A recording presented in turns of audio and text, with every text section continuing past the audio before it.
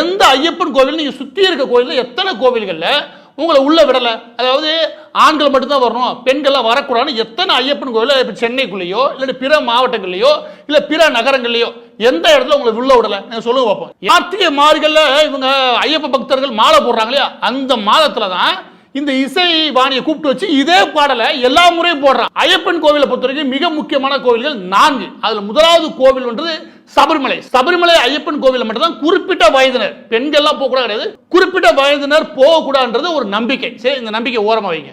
மற்ற 3 கோவில்கள் அந்த கோவிலில் எல்லா பேருக்கும் அனுமதி உண்டு.